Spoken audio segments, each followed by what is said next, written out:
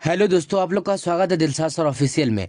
आज हम लोग जानेंगे फिजिक्स का काफ़ी important question class 10th matric board परीक्षा के लिए। एमसीक्यू क्वेश्चन है। दर्पण किसे कहते हैं, दर्पण कितने प्रकार के होते हैं, गोलीय दर्पण कितने प्रकार के होते हैं, उत्तल दर्पण किसे कहते हैं, अवतल दर्पण किसे कहते हैं, इसके बारे में आज हम लोग संपूर्ण जानकारी प्राप्त करेंगे। तो इस वीडियो को आप लोग एक मरतबा जरूर देख करके जाइए। 2026 में जो भी परीक्षार्थी एग्जाम देने वाले हैं मैट्रिक बोर्ड परीक्षा का, तो एक मरतबा जरूर देख करके जाइए। कई बार ये क्वेश्चन पूछे हुआ है मैट्रिक बोर्ड परीक्षा में, तो इसलिए ये क्वेश्चन काफी इंपॉर्टेंट क्वेश्चन हो जाता है।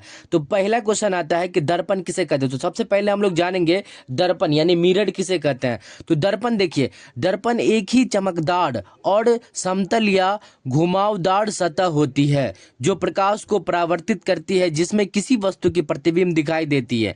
याद रखिएगा कि दर्पण एक वस्तु होती है, मतलब एक चमकदार या समतल घुमावदार वस्तु होती है जो प्रकाश को परावर्तित करती है और जिसमें हम लोग वस्तु की प्रतिबिंब दिखाई देते हैं। जैसे हम लोग के घर में मिरर रहता है, ठीक है। मिरर जो रहता है ना, वो दर्पण है, ठीक है। क्योंकि हम लोग अपना चेहरा देखते हैं ना उसमें, तो वो भी एक दर्पण है। तो जो प्रकाश को परावर्तित करती है, जिससे किसी वस्तु की प्रतिबिंब दिखाई देती है, उसे हम दर्पण कहते हैं, ठीक है।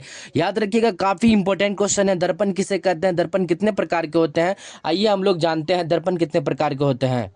देखिए, दर्पण दो प्रकार के होते हैं। मेनली रूप से दर्पण दो प्रकार के होते हैं, समतल दर्पण और गोलीय दर्पण।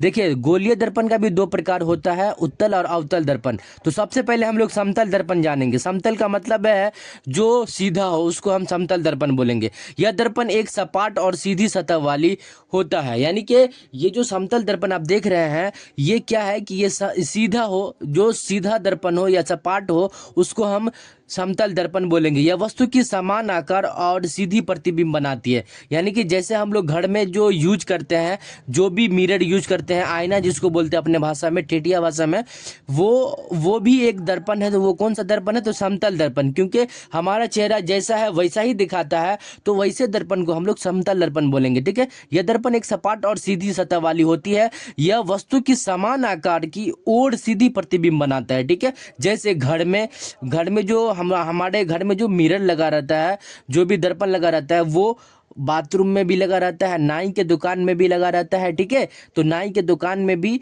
ये लगा रहता है समतल दर्पण, ठीक है। अब देखिए, हम लोग गोलीय दर्पण किसे कहते हैं और गोलीय दर्पण के प्रकार क्या है। तो सबसे पहले हम लोग गोलीय दर्पण किसे कहते हैं। देखिए, वह सतह जिसका परावर्तक सतह गोलीय होता हो, उसे हम गोलीय दर्पण कहते हैं। मोस्ट इंपॉर्टेंट क्वेश्चन है, गोलीय दर्पण किसे कहते हैं या कितने प्रकार के होते हैं। तो गोलीय दर्पण वह सतह जिसका परावर्तक सतह गोलीय होता हो, उसे हम गोलीय दर्पण बोलेंगे, ठीक है। गोलीय दर्पण दो प्रकार के होते हैं, उत्तल और अवतल दर्पण। याद रखिएगा, मोस्ट इंपॉर्टेंट क्वेश्चन है कि गोलीय दर्पण कितने प्रकार के होते हैं, तो दो प्रकार के, उत्तल और अवतल दर्पण। अब हम लोग जानेंगे कि उत्तल दर्पण किसे कहते हैं। ये भी क्वेश्चन कई बार मैट्रिक बोर्ड परीक्षा में पूछे हुआ है कि उत्तल दर्पण किसे कहते हैं, इसके उपयोग को लिखे। तो यह दर्पण बाहर की ओर झुका रहता है। याद रखिएगा कि ये जो गोलीय दर्पण देख रहे हैं आप लोग, ये देखिए बाहर की ओर क्या है, झुका रहता है। ये बाहर की ओर झुका रहता है। और जैसे चम्मच की बाहरी सतह, हम लोग चम्मच की बाहरी सतह देखिए, ये जो रहता है, ये इसका परावर्तक सतह है, ठीक है। तो जो बाहर की ओर झुका रहता है और अंदर से उसका ये बना रहता है, ठीक है। ये इसका जो मिरर बना रहता है, वो अंदर से बना रहता है, उसको हम उत्तल दर्पण बोलेंगे। याद रखिएगा कि यह दर्पण बाहर की ओर झुका रहता है, जैसे चम्मच की बाहरी सतह, हम लोग उत्तल दर्पण का जैसे में हम मान सकते हैं, ठीक है। उत्तल दर्पण का उपयोग देखिए वाहन के साइड मिरर में, याद रखिएगा, देखिए वाहन के साइड मिरर में इसका उपयोग करते हैं हम लोग। याद रखिएगा, काफी इंपॉर्टेंट क्वेश्चन है कि वाहन के साइड मिरर में कौन सा दर्पण का उपयोग करते हैं। ऑब्जेक्टिव में क्वेश्चन पूछेगा कि वाहन के साइड मिरर में कौन सा दर्पण का उपयोग करते हैं, तो उत्तल दर्पण का। काफी इंपॉर्टेंट क्वेश्चन है मैट्रिक बोर्ड परीक्षा के लिए। अब देखिए हम लोग अवतल दर्पण। तो उत्तल दर्पण के बारे में हम लोग जानकारी प्राप्त कर लिए, क्योंकि यह दर्पण बाहर की ओर झुका रहता है। आप लोग को याद रखना, यह दर्पण बाहर की ओर, ये देख सकते हैं यहाँ पे इसलिए हम चित्र बना दिए ताकि समझने में कोई दिक्कत ना हो। बाहर की ओर जो दर्पण झुका रहता है उसको हम उत्तल दर्पण बोलेंगे, ठीक है। अब देखिए यहाँ पे अगला क्वेश्चन अवतल दर्पण किसे कहते हैं। तो देखिए अवतल दर्पण, यह दर्पण अंदर की ओर झुका रहता है। याद रखिएगा कि यह दर्पण क्या अंदर की ओर, ये देखिए ये अंदर की ओर झुका रहता है और बाहर से इसका ये बना रहता है, ऊपर से ये जो बना रहता है लैप चढ़ा हुआ रहता है, ठीक है। यह दर्पण अंदर की ओर झुका रहता है जैसे चम्मच की अंदर वाली भाग। ये जो दर्पण है ये काफी इंपॉर्टेंट दर्पण है क्योंकि इससे कई बार मैट्रिक बोर्ड परीक्षा में क्वेश्चन बना है। अवतल दर्पण किसे कहते हैं, अवतल दर्पण के उपयोग को लिखे। तो अवतल दर्पण का परावर्तक सतह कौन सा है, ये वाला अंदर वाला, ये देख रहे हैं ये वाला भाग। अवतल दर्पण का उपयोग हम कहाँ कहाँ करते हैं, तो देखिए यहाँ पे इसका उपयोग हम लोग देखिए टॉर्च में करते हैं, दाढ़ी बनाने में करते हैं। ये कई बार पूछे हुआ है ये ऑब्जेक्टिव में कि दाढ़ी बनाने के लिए कौन सा दर्पण का उपयोग करते हैं, तो वो अवतल दर्पण का, क्योंकि ये क्या करता है कि छोटा चीज को बड़ा करके दिखाता है अवतल दर्पण, ठीक है। और ये उत्तल दर्पण क्या करता है कि बड़ा चीज को छोटा करके दिखाता है, यानी कि आप बड़ा क्षेत्र को हम छोटा करके देख सकते हैं।